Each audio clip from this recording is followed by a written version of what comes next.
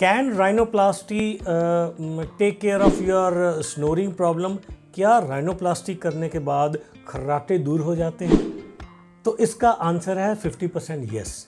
Basically ऐसा है कि जो राइनोप्लास्टी है, normally what we do is septo rhinoplasty.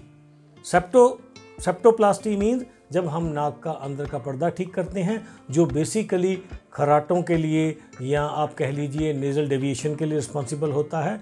और rhinoplasty is basically meant to change the shape of nose.